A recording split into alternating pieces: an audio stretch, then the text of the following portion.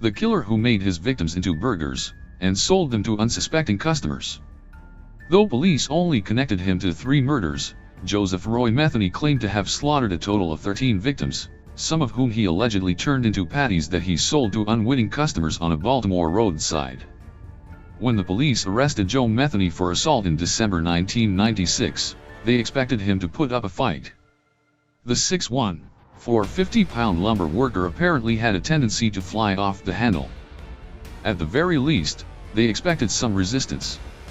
What they didn't expect to hear was a detailed and upfront confession, the brutality of which shocked the police, especially when Metheny added, "I'm a very sick person."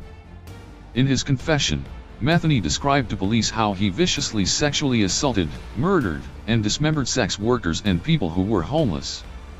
However, these victims just served as a substitute for his one intended victim, his runaway girlfriend. Then, Metheny confessed to his most disturbing crimes. Not only did he himself eat some of the victims' flesh, but he served it to other unknowing people as well. Joe Metheny had always been rough. He endured a childhood of neglect with an absent, alcoholic father and a mother forced to work extra shifts to support her 6 children. They lived in Essex, near Baltimore. Not many other details are known about his younger years, but his mother says he joined the army in 1973 when he was 19. They lost touch after that. He just kept drifting further and further away. I think the worst thing that ever happened to him was drugs. It's a sad, sad story," she said. Upon leaving the army, Metheny worked blue-collar jobs in lumber yards and as a truck driver. Then came the incident that sparked his desire for revenge. In 1994, Joe Metheny was living with his girlfriend and their 6-year-old son in South Baltimore. As a truck driver, he was on the road for long stints at a time. One day, he came home to find his girlfriend gone along with her child. Like Metheny, she had a drug addiction, and Joe believed she left with another man and took to living on the streets with him. He flew into a rage. He spent days looking for them, checking halfway houses and even under a certain bridge where he knew his wife used to buy and do drugs.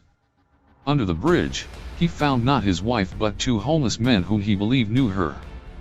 When they gave no indication that they knew where his family was, he killed them both with an axe he'd brought along. Immediately afterward, Metheny allegedly noticed a fisherman nearby who could have seen what he'd done. Just in case he had, Metheny killed him, too. Some people deem these first 3 killings crimes of passion, though he'd later develop a taste for murder. As soon as he realized what he'd done, Metheny panicked and tossed the bodies into the river to hide the evidence. He did get some closure on his son's whereabouts, saying, "I found out about 6 months later she had moved on the other side of town with some asshole that had her out selling her ass for drugs. They got busted for drugs and they took my son away from them for child neglect and child abuse." Police arrested Metheny for the murders of the 2 men under the bridge, and he spent a year and a half in the county jail awaiting trial. However, he was acquitted of any charges, as he dumped their bodies in a nearby river and investigators could not find them. Without physical evidence tying him to the crimes, Metheny went free.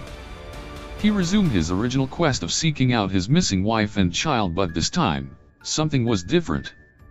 Though he had spent a year and a half awaiting his trial, jail time had clearly done nothing to slow Joe Metheny down. Shortly after being released, Metheny murdered 2 sex workers when they failed to provide him with information on his missing girlfriend. This time, however, he had a better idea for disposing of their bodies. Instead of tossing them in the river, Metheny brought the bodies home. There, he dismembered them and stored the meatiest parts of them in Tupperware containers. What didn't fit in his freezer, he buried in a truck lot owned by the pallet company he worked for. It seemed that he was now murdering people for sport as much as for revenge. Over the next several weekends, he mixed the sex workers' flesh with beef and pork, forming it into neat little patties.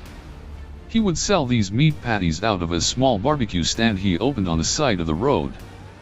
During this time, his customers would all consume bits of human flesh.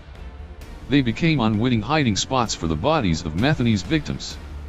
Whenever he needed more special meat, Metheny would simply venture out and find another sex worker or a vagabond. He later told police that he received no complaints on the meat tasting funny. In fact, no one seemed to notice that his burgers had a little something extra in them. The human body tastes very similar to pork, he said. If you mix it together, no one can tell the difference, so the next time you're riding down the road and you happen to see an open pit beef stand that you've never seen before, make sure you think about this story before you take a bite of that sandwich. Joe Metheny's death behind bars. Joe Metheny was finally caught in 1996 when a would-be victim named Rita Kemper managed to escape his clutches and ran straight to the police. During his interrogation, Metheny willingly offered up a confession. He gave details about each of his murders, even mentioning the murder of the fisherman from several years before. According to his confession, he killed 10 people, and authorities say there's no reason to believe he would have stopped there had they not captured him. Eventually, a jury found him guilty and sentenced Metheny to death. However, a judge overturned this verdict in 2000 and changed it to 2 consecutive life sentences. Metheny was found dead in his jail cell in 2017. The words "I'm sorry" will never come out, for they would be a lie. "I am more than willing to give up my life for what I have done, to have God judge me and send me to hell for eternity. I just enjoyed it," he said at his trial.